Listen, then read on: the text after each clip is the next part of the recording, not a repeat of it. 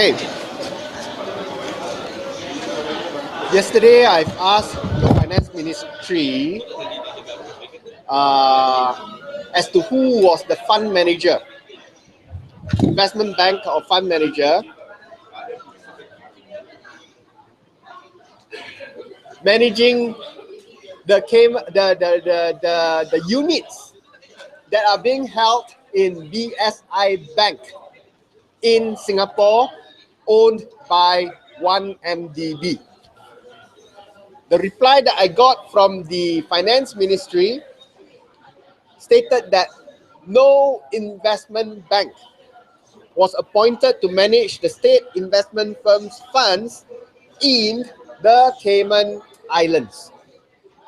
Now, the lies by 1MDB and the Minister of Finance have now come a full circle, which strengthens the suspicions that there was never any substantial money invested in the Cayman Islands in the first place. The investment was purportedly made with the 2.318 billion proceeds from the disposal of 1MDB's investment with or in Petro Saudi International Limited. Instead, the supposed opaque investment now looks like a cover story for 1MDB to hide the fact that billions of dollars invested with Petro Saudi have been lost through embezzlement and pilferage. In fact, the entire scam was so well thought through, that it fooled international auditors KPMG and Deloitte for years. However, the chickens have finally returned to roost when 1MDB was forced to redeem the funds from Cayman Islands.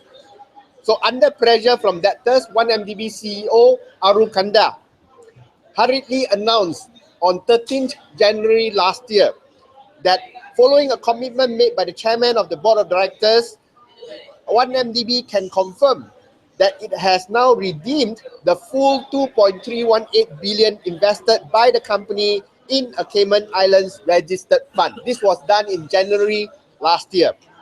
Again, under pressure to explain what exactly was redeemed, because he never explained it, Aru Kanda told the Singapore Business Times on 9th of February 2015 that the cash is in our accounts and in US dollars.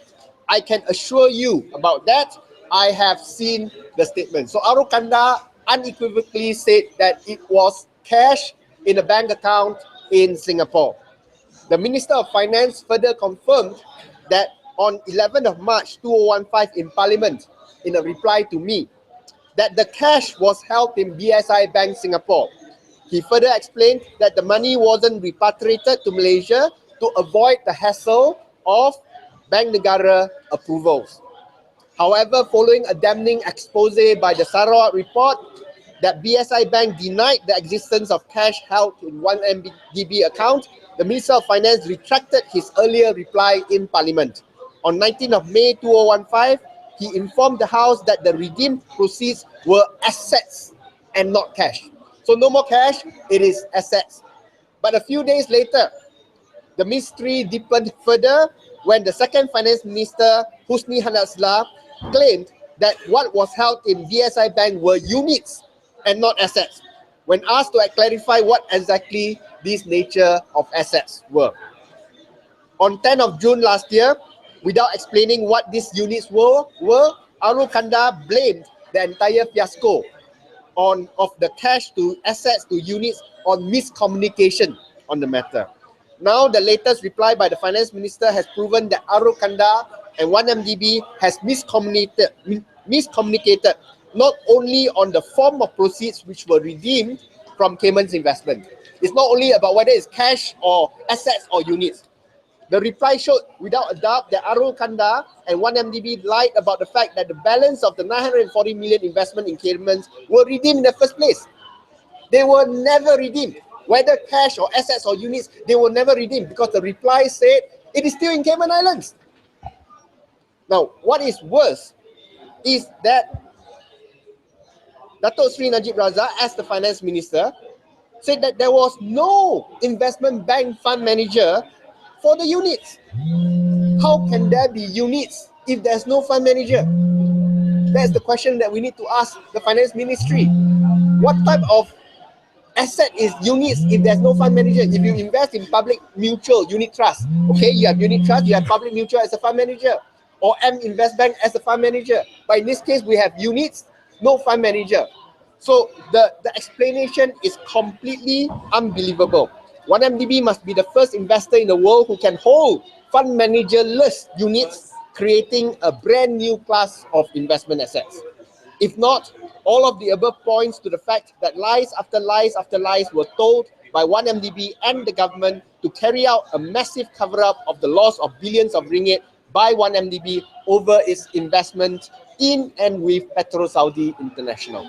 For the billions we have invested in Petro-Saudi, we are now in possession of worthless or even fake and fraudulent units. Why hasn't the Royal Malaysian Police conducted a thorough investigation over the missing funds and these dodgy units, even after I have made my police report on this matter exactly in March a year ago? Okay? No questions on this, huh? Okay, second matter, very quick one. Saya telah pun menerima jawapan daripada Menteri Dalam Negeri berkenaan dengan soalan yang saya telah pun bangkitkan. Soalan saya berbunyi supaya Menteri Dalam Negeri menyatakan sama ada ahli Parlimen Petaling Jaya Utara, iaitu saya, merupakan seorang saksi membantu polis dalam siasatan kes kanun jenayah 124B ataupun merupakan seorang suspek dalam siasatan tersebut. Saya bertanya soalan ini kerana saya telah pun dimaklumkan oleh pihak polis semasa saya ditemu bual di Bukit Aman tahun lalu bulan September bahawa saya hanya membantu sebagai seorang saksi. Jawapan Menteri, untuk makluman, Seksyen 124B Kanun Keseksaan adalah satu daripada kesalahan keselamatan, iaitu aktiviti yang memudaratkan demokrasi parlimen, activities detrimental to parliamentary democracy. Oleh yang demikian, saya tidak bercadang untuk mendedahkan dengan lebih lanjut berkenaan perkara ini memandangkan ianya melibatkan isu keselamatan negara dan masih lagi di dalam siasatan pihak polis. What type of answer is this? Adakah saya disiasat sebagai saksi sekarang ataupun seorang suspek? Saya sebagai seorang yang terutamanya seorang parlimen lagi, berhak untuk mengetahui sama ada saya tengah disiasati sebagai seorang suspek. Dan sebelum ni saya telah pun diberitahu bahawa saya seorang saksi. Kenapa sekarang jawapan yang tak tentu aras begini? So I think the Ministry of Home Affairs, the Home Minister must respond. Am I a suspect or am I just a witness? If I'm a suspect since September last year, how come there has been no further action on this matter? You cannot leave me hanging, dangling, tak tahu sama ada saya disiasat ke tak disiasat. It has been 6 months. And I've been banned from travelling overseas, possibly as a result. So this is extremely unfair on my rights, both as a member of parliament and as an individual and citizen of this country. Saya meminta supaya Menteri Dalam Negeri membuat kenyataan spesifik. If I've done wrong, tell me I've done wrong. I'm being a suspect, I'm being investigated to be charged in court. Tell me that. If I have not, tell me I have not done any wrong and don't put any punishment on me. There's no reason to put anything on me if I'm just a witness to help with investigations. Seperti apa yang telah pun saya dimaklumkan oleh pihak polis. Okay. Any questions? Save me a lot of money lah. I didn't try lah because it's still in the record.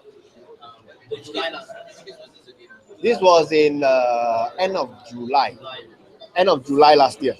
So coming to a year already. Save a lot of money. Okay, thank you. Dan tadi di dalam parlimen, di mana